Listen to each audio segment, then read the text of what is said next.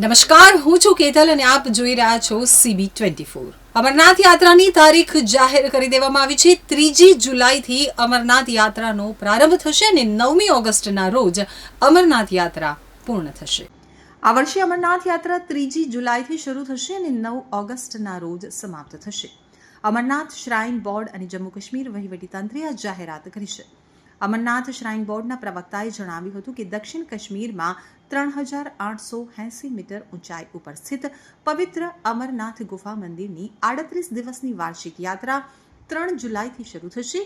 તો અમરનાથ યાત્રા 3 જુલાઈના રોજ અનંતનાગ જિલ્લાના પહેલગામ ટ્રેક અને ગાંદરબલ જિલ્લાના બાલતાલ બંને રૂટથી એક સાથે શરૂ થશે અને 9 ઓગસ્ટના રોજ રક્ષાબંધનના દિવસે સમાપ્ત થશે।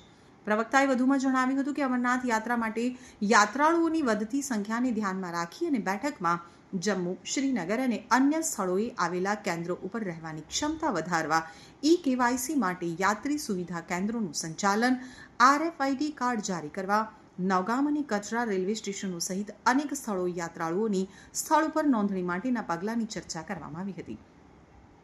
તો પવિત્ર અમરનાથ ગુફા જમ્મુ અને કાશ્મીરના ગાંદરબલ જિલ્લામાં લગભગ 17,000 ફૂટની ઊંચાઈ પર આવેલી છે।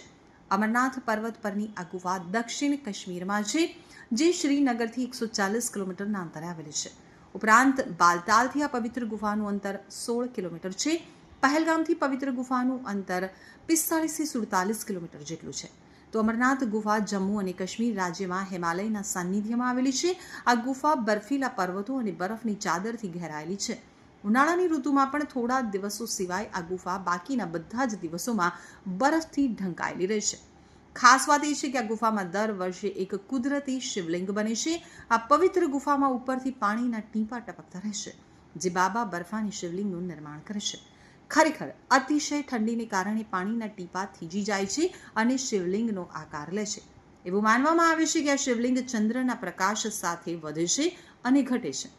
અમરનાથ યાત્રા ઉપર જઈ રહેલા શ્રદ્ધાળુઓ માટે સારા સમાચાર છે કે પ્રવાસની તૈયારીઓ પૂર્ણ થઈ ગઈ છે અને પ્રવાસની તારીખો પણ જાહેર કરી દેવામાં આવી છે। તો આ વર્ષે અમરનાથ યાત્રા 3 જુલાઈથી શરૂ થશે અને 9 ઓગસ્ટના રોજ સમાપ્ત થશે। અમરનાથ શ્રાઇન બોર્ડ અને જમ્મુ કાશ્મીર વહીવટીતંત્રએ જાહેરાત કરી દીધી છે।